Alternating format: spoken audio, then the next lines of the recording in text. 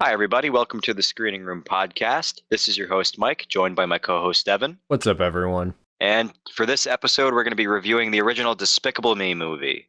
Yeah, so at least for me, it had been quite a while since I had seen this one, but I have a lot of childhood nostalgia for it. And I figured with the new Minions movie, Minions and Monsters, I believe it's called, coming out, I thought this would be a good time to go revisit it. Which, by the way, you'll be seeing this video a few days after Minions and Monsters came out, but I will say, complete side note, that movie is also really good, so go check that out. But we're going to be focusing obviously on the original Despicable Me film here today. So what were your kind of like initial kind of thoughts on the movie as a whole? Well, initially, I thought the movie really held up well. I thought Steve Carell did a great job as Gru, playing not just like your stereotypical like one note villain, like he kind of is at the beginning, but really like fleshing out the character into more of like a three-dimensional role. And I liked the slow like character growth he had throughout the film as he, finally learns to like, let loose a little bit and to actually like kind of like care about somebody else other than just his like villainous aspirations. I thought that was always fun to see. And I thought the side characters in this were great. Obviously, the minions are awesome. Dr. Nefario is great too. And as far as the villains go, I thought Vector was hilarious. Still holds up for me. But overall, I thought this was really well. And I liked the overall look of it too for this movie. That it had kind of like that early 2010s animation, like for this was Pixar, right? No, this Or was DreamWorks. I don't remember off Illumination. the top of my head. Oh, right, this is Illumination. Thank you. Yeah. Um, and I just remember them having a very unique animation style that, for me, I can always at least pick out like if you can, for me at least with animated characters, if you can tell who they are by the silhouette, I feel like they've done a great job with their animation style. And for me, I felt like I could always tell which character was what, even if it was just the silhouette. So it speaks to like the originality and the uniqueness of the movie's look. But like I said, overall, it was still a great movie for me. Yeah, no, I mean, I'm not totally familiar with Pixar's like or Pixar, oh my god. Illumination's entire like kind of catalog of films, but I believe this was like one of their earlier ones or definitely like their first biggest hit. Um and I think like you said about like the character design, each character has a very distinct silhouette so you can like easily tell like who you have exaggerated proportions like with Gru for example his body's just this giant like blob and then his limbs are all like really slim and then he's got the pointy nose. The minions obviously like you know Yeah, some of the most recognizable characters just in general. And then yeah, like even the kids, like with Edith, she's got the hat. Agnes, she's got the ponytail, and Margot has, she's just the more like she's probably like the most normal looking person in the movie, actually. But you can identify her through that. But on a story level, kind of like what you said, I think it's very I think because it's a PG movie, obviously, like, they're going for more upbeat, kind of positive message vibe. And I think the whole thing works well. Um, Maybe I'm a little biased because I grew up with this one, but yeah, I mean, it's a great movie about, like your past doesn't necessarily have to define you, like we see for the first probably like 20-30 minutes of the movie, Gru is just this like selfish villain who like desperately wants to, like, he has one goal in mind. He wants to steal the moon. That's about it. And in doing so he has to adopt Margot, Edith, and Agnes to help infiltrate Vector's base to get the shrink ray and whatever. um and as he's getting to know these girls, he kind of like the layers of the onion that is Gru kind of like peel back and becomes more yeah, vulnerable. And then he learns that maybe his true purpose isn't to be like the greatest supervillain of all time, as he said, but maybe more just to be a good dad. Then obviously that evolves in the later films where he becomes involved with like the anti-villain league and becomes like strictly a good guy. Um, Yeah. but no, I mean, I think it's like it's a really it may be a straightforward story, obviously, but like with a kids movie, that makes sense. But I think all the characters are still like really engaging. I really like I really like I forget his name, but the guy, the banker, like Vector's dad. Um, Yes, I know who you're talking about. yeah, he's fun. Vector's fun. Gru obviously is great. And I think they're Yeah. all like Dr. cast really Nefario is well. great too. Yeah. Yup. Yeah, no, the voice acting is phenomenal in this. Yeah. Yeah, I mean all around I think it's just it's a classic. I think it holds up really well. I think it was like made if I remember correctly the movie was from 2010 and I think it's like kind of in that sweet spot of when animation had like progressed beyond like what you would have seen in like early 3D animated stuff like Toy Story, the original Shrek, like Bugs Life, that kind of thing. But before these studios were really trying to get towards like more of a photorealism style, like we've seen in more recent Pixar movies or more recent just 3D animated movies in general. I think this was made like kind of during that sweet spot where they had the technology to like look better, but they were still what's the word I'm looking for? Like embracing a more like cartoonish style, which Yeah. so I think like even on an animation level it still holds up really well. Um Hmm. but yeah, I don't know. Those are just kind of thoughts. I didn't mean to kind of ramble, but um No, you're good. did Um, did you have any other thoughts you wanted to give before we get into some trivia and box office information? Yeah, it's just but overall, like I was saying earlier, I really enjoyed this. It had a lot of big action moments too. At the very beginning, at the opening, when you find out that the one of the pyramids of Giza has been stolen, I thought that was always a really fun fake out scene. Oh yeah, that was so well Especially done. at the very beginning, that was awesome. I like the end action scene too, where they're trying to steal the moon back from Vector, and it you know expands back to its original size, and he's stuck on the face of the moon out in just space. Yep. But I like all this, like the smaller scale moments. Like I liked the scene, like the bedtime story scene. I thought that was always really fun. Just because it really like shows the fact that Bruce kind of starting to turn away from a life of crime, and he's really like rethinking his place as a villain turned dad at that moment. I thought that's something that I always really appreciated, especially looking back on it now. um, just being able to see like smaller story beats like that, and even if it's like at the very like close to the end, I also liked, and this is a kind of like a blend between the two of them, where it's like a larger action scene, but it's also got like that smaller moment in it too, when Gru's trying to race back from the moon to go back to try to catch Dance their recital. rehearsal, but Yeah. yes, thank you.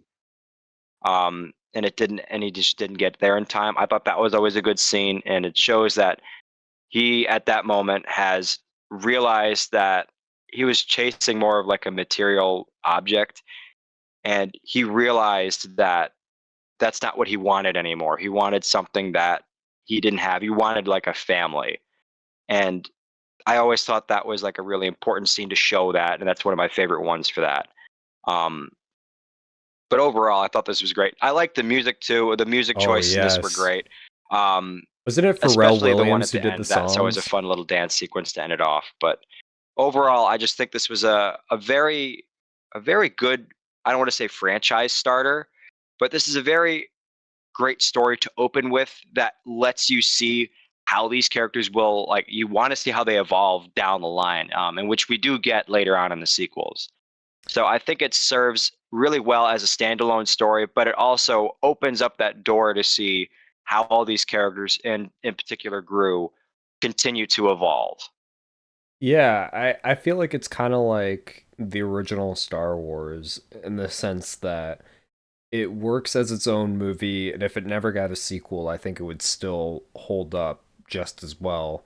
Um, but the sequels kind of add to it, that it further dives into like, okay, what's Gru gonna do now that he's completely given up being a villain, and so on. The kids are getting older, and what does that look like? Yeah. Um, I think, but I think that's like the best kind of movie when you can you can make it a complete story from beginning to end without a sequel being necessary, but like with plenty of open doors for like, Yeah. future stories. Cuz nothing's ever guaranteed in Hollywood, right? I know if Yeah. I was making a movie, um I would never like one of the best pieces of advice I've heard from like Chris Nolan, for example, when he was doing the Dark Knight trilogy, is he said that he treated all three of those movies like it was his last one, not assuming that he was going to be able to come back and do more of them. And I think that applies to, George Lucas kind of said the same thing with Star Wars. He didn't know if that was going to do well. All right, sorry about the brief little cut there. We had some internet issues, but no, basically just like what I was saying. I think it's a really like good mark of a film when it can stand as its own thing, but also kind of leave the door open some other things. Also, when you brought up the ending, like with the Vector getting kind of banished on the moon, it did. It, I completely forgot to mention this before, but earlier this week I went to the library and I rented the uh what movie was it? The Migration Blu-ray, which is another Illumination movie, and attached to that movie was I think it was like an 8-minute short called Mooned, which played in theaters, but I unfortunately missed Migration while it was in theaters, so this was my first time seeing it. I literally got rented the movie just to watch the short. Um, but it was like an 8-minute short of Vector like stuck on the moon, like immediately after Despicable Me 1, and he's like trying to get back to Earth. I don't know, it was pretty funny. If you have the means, I would Mm. definitely recommend going to watch it. But in any case, yeah, no, I think it holds up really well. So, yeah, that's kind of my stance. Did you have anything else you wanted to add before we get into some fun facts? No, I'm all set. All right, I'll let you kick it off. Okay.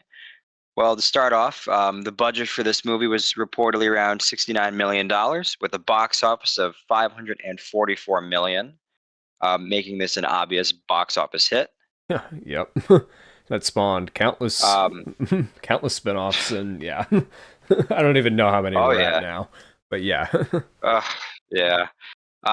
Both directors Pierre Coffin and Chris Renaud also revealed that when they wrote the gibberish for the minions, which is called Minionese, every single one of those words like that are spoken in the movie translate to an actual word. So you could be fluent in Minionese. Oh god. Another fun detail, yeah, another fun detail is that Gru's ticket stub for their dance recital had the number 072069, which is actually just July 20th, 1969, which is the date of the first moon landing. Oh really? Okay, that's pretty cool. Yeah. And my last little bit of trivia is that from the bedtime story scene with the Sleepy Kittens book was made into an actual tie-in board game that you could buy. A board game? Like how does that Oh, work? no, no, I misspoke. It's a tie-in book, Oh, a board book. book. Okay. Board Oh, book. I misspoke. I was like, that's not right. No, no, it's a board oh, book. I don't know. Maybe I misheard you, but okay, that makes more sense. Okay, Yeah, yeah. that's No, not pretty not a interesting. board game. I was That'd be like, what? interesting. Yeah, no. Okay, no, that's pretty interesting. I bet you some collector has that on their shelf. But I mean, that's the thing too with these movies. Like, what I feel like, how much was the box office? Did you say? 544 million. Yeah, I guarantee you Between this movie and the second movie, I guarantee you it made at least another 100 million in merch sales just alone. I guarantee it. Easily, Like, without a doubt. There's no way it didn't. and that's like, oh my god, like that I guess that's the point I'm trying to make. Like the amount of merchandising, I wonder when they were sitting down making this thing, like they had to have known, like they had to have known. Oh yeah. I don't I know. mean, the minions alone are a slam dunk. Right. I mean, I feel like that's what 90% of like the merchandise is. I mean, I remember more from like, because I would have been 4 when this movie came out. So I more Yeah. vividly remember it with the second movie. But I remember with the second movie, like McDonald's had like in their Happy Meals, you could get Yes. like all the different The minions. different minions. Yep. Oh my God. Yeah, no, that's great. I I I had that too. I wouldn't be shocked if I still have some in like the depths of my closet, maybe. But Yeah. I like probably have a few I got somewhere in the attic. I was gonna say I remember one distinctly that had like the fart gun, I think. Yep, I had that one too. Yep. Oh my god, those some Oh fond man. memories. Yeah. Fond Oh memories. God. But Yep. yeah, I mean there was a point in time where the minions I vivid maybe it's like more I think of it more tied to Despicable Me too, because I would have been 6, so I would have been like kind of the target demographic, and that's everything I Yeah. saw. But I feel like that's really when this franchise reached like a peak in terms of like merchandising and like global just domination. Because like I don't know if you remember this Yeah. game, but do you remember? I think it was called Minion Rush, like the iPhone game. Very vaguely. Very vaguely. It was kind of like Subway Surfers, Like but Subway with Surfers, minions. right? Or Temple Yeah, Run? yeah, yeah. Okay. That's the Yeah. basic gist. No, I remember Okay. playing that on my mom's phone like before school all the time. I remember like you couldn't Yeah. like this was back when like all memes had a minion in them, or at least so it seemed Yeah. to me. I don't know. It's crazy how like dominant these things are in pop Yeah. culture. And I mean, They were. Yeah. like even the latest Minions, I'm not counting Minions and Monsters because as we're recording this, it hasn't even like officially come out yet. I just went to an early screening, but like the last Minions movie, I think still made like over $1 billion, which is just insane. Yeah. Um, like over 10 years after the original, because we've had 3 sequels to Despicable Me, and now we're on our third Minions movie. Not to mention all of, like the shorts that they've made. I mean, it's crazy. So definitely Yeah. catapulted. Just It has staying power, that's for sure. yeah, right. Like we're gonna be in the senior home, and they're gonna be on like Despicable Me, whatever, Like 50. 50. Yeah. Yeah. At that point, it's gonna be like AI Steve Carell and Oh, don't even say that. well, Don't even do it's that. true. It's gonna happen. Oh. Oh It's no. gonna happen. Oh, My God. man. Like, But but yeah, no, definitely has staying power. So anyway, with that in yeah. mind, we'll get into our final verdicts here and then give our overall review as per usual. For me, I still think I need to rewatch it more often, honestly, is like what I Yeah. have like come to realize. Like I mean, I grew up with it. Again, I'm more nostalgic for the second one, kind of like I said, but I don't know, for whatever reason I haven't gone back and rewatched this as much as I rewatched like the Toy Story trilogy, or some of the like classic era Pixar stuff. And I don't know why, because I love this movie just as much as like most of Yeah. those like classic Pixar things. It's just for whatever reason it doesn't. I mean, maybe it's like limited access, like it's not always on like the streaming services I have consistently, whereas like the Pixar stuff is always Yeah. on Disney, so you always know where to find that. So I mean, maybe that's part of it, but like I mean, it's still such a good movie. So I'm Yeah. I'm gonna go with a 4.5 out of 5 or a 9 out of 10. With that said, Yeah. I'll hand the baton over to you. Honestly, I'm in the same boat. I really enjoyed this movie. It's been a while since I've seen this one, and I'm kind of in the same boat. I haven't really had a chance to revisit a lot of the classic movies I watched as a kid, and honestly, I can't believe it's taken me this long. This is also, like I've said before, a really great movie.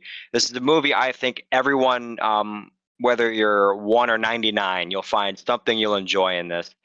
And I think it's a movie that is made for everybody. It's a family movie, but it's a movie you can watch by yourself, and it's a movie you can watch that will really not maybe this is the nostalgia talking, but it's a movie that'll really like bring you back to that early 2010s vibe. Um, and it's just a good family story overall. So I'm also going to give this one a 4.5 out of 5. So, with that said, that makes our overall verdict really easy. We're going to give it a screening room podcast review of a 9 out of 10 or a 4.5 out of 5.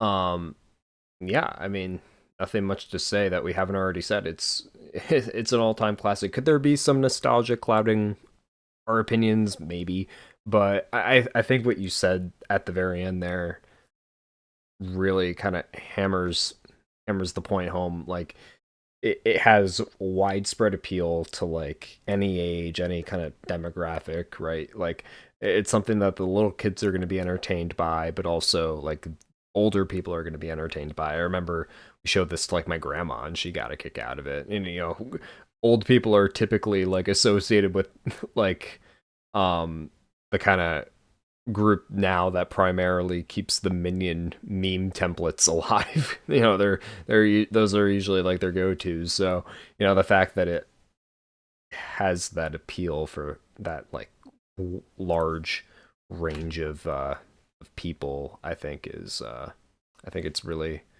the mark of a good film. So, did you have anything else you wanted to add before I close it on up? I'm all set. All right, awesome. Well, with that in mind, I'll leave a little teaser here for next week's episode.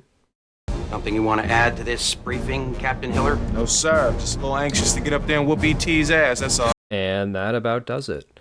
Thank you all for watching. Please make sure to like and subscribe. We have a new podcast episode that drops every Friday, as well as some other stuff that gets spread out, whenever we get the chance, whether that be movie reviews, trailer breakdowns, that kind of thing. Definitely stay on the lookout for that. But with that all said, this has been the Screening Room Podcast, and we will see you in the next episode.